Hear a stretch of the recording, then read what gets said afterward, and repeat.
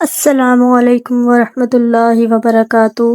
میرے عزیز دوستوں اور بہنوں، آج ہم ایک ایسے گناہ کبیرہ پر بات کریں گے جو دکھنے میں صرف ایک بات ہے، لیکن یہ وہ مرد ہے جو ہنستے پھنستے گھروں کو اجاڑ دیتا ہے، رشتوں کی بنیادیں ہلا دیتا ہے اور دلوں میں نفرت کے بیج بوتا ہے۔ وہ گناہ ہے چغلی اور غیبت۔ ہم نمازیں پڑھتے ہیں، روزے رکھتے ہیں، صدقہ دیتے ہیں، لیکن اپنی ہی زبان سے اپنی ساری نیکیوں کو جلا کر راکھ کر دیتے ہیں۔ ہمیں لگتا ہے کہ ہم صرف بات کر رہے ہیں، مگر حقیقت میں ہم اپنی آخرت تباہ کر رہے ہوتے ہیں۔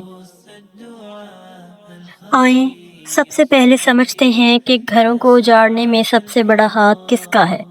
چغلی کا مطلب ہے ایک کی بات دوسرے کو اس غرض سے بتانا کہ ان کے درمیان فساد یا لڑائی ہو جائے۔ ہمارے پیارے نبی صلی اللہ علیہ وآلہ وسلم نے فرمایا، چغلی کرنے والا جنت میں داخل نہیں ہوگا۔ سوچئے، چغل خور انسان معاشرے کا وہ زہر ہے جو دلوں میں نفرت بوتا ہے۔ چغلی وہ آگ ہے جو ہنستے بھستے گھروں کو اجاڑ دیتی ہے، بھائی کو بھائی سے لڑا دیتی ہے اور رشتوں کو تباہ و برباد کر دیتی ہے۔ سوچئے، جو آج آپ کے پاس کسی اور کی برائی کر رہا ہے، وہ کل کسی اور کے پاس جا کر آپ کی برائی بھی ضرور کرے گا۔ اب سمجھتے ہیں کہ غیبت کہتے کسے ہیں۔ ہمارے پیارے نبی صلی اللہ علیہ وسلم نے فرمایا، کیا تم جانتے ہو غیبت کیا ہے؟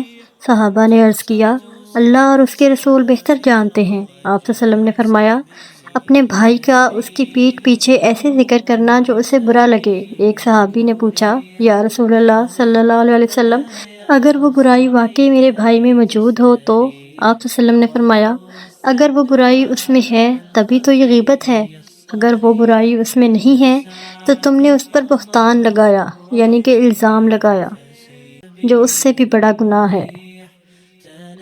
اللہ تعالیٰ نے قرآن پاک میں غیبت کی جو مثال دی ہے وہ روح کے کانپنے والی ہے۔ سورۃ الحجرات میں ارشاد فرمایا، کیا تم میں سے کوئی پسند کرے گا کہ اپنے مرے ہوئے بھائی کا گوشت کھائے؟ تم اسے ہرگز پسند نہیں کرو گے۔ سبحان اللہ! ذرا تصور کریں، کسی مرے ہوئے انسان کا گوشت کھانا کتنا گھناؤنا عمل ہے۔ جب ہم کسی کی برائی کرتے ہیں تو ہم دراصل یہی گھناؤنا کام کر رہے ہوتے ہیں۔ ہم نے کبھی سوچا ہے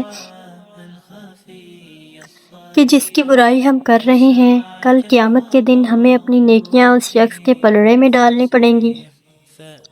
غیبت وہ چھپی ہوئی دیمک ہے جو انسان کی برسوں کی عبادت کو خاموشی سے چٹ کر جاتی ہے اور اسے خالی ہاتھ چھوڑ دیتی ہے۔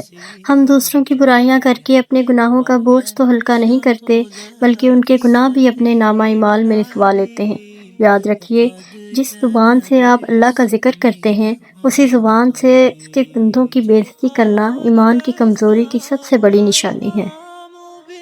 آئیے اب ہم کچھ باتیں دیکھ لیتے ہیں جن پر عمل کر کے ہم ان برائیوں سے بچ سکتے ہیں۔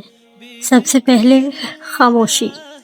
جب محفل میں کسی کی بات شروع ہو تو خاموش ہو جائیں یا موضوع بدل دیں۔ دوسرا ہے دفاع کرنا، یعنی کہ ڈیفینڈ کرنا۔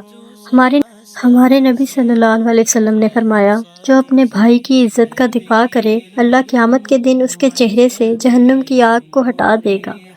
پھر ہے اپنے عیب دیکھیں۔ دوسروں کے گناہ گننے سے بہتر ہے ہم اپنے گریبان میں جھانکیں، کیا ہم گناہوں سے پاک ہیں؟ میرے عزیز دوستو، زندگی مختصر ہے، کل ہمیں اللہ کے سامنے پیش ہونا ہے۔ اپنی زبان کو اللہ کے ذکر سے لوگوں کی بھلائی کے لیے استعمال کریں، نہ کہ ان کی عزت اچھالنے کے لیے۔ اللہ سے دعا ہے کہ وہ ہمیں ہماری زبانوں کی شر سے بچائے، ہمارے دلوں کو صاف کرے اور ہمیں صحیح معنوں میں ایک دوسرے کا خیر خواہ بنائے۔ آمین یا رب العالمین۔ اگر آپ کو یہ ویڈیو پسند آئی ہو تو اسے لائک کریں اور ہمارے چینل کو سبسکرائب کریں۔ شکریہ۔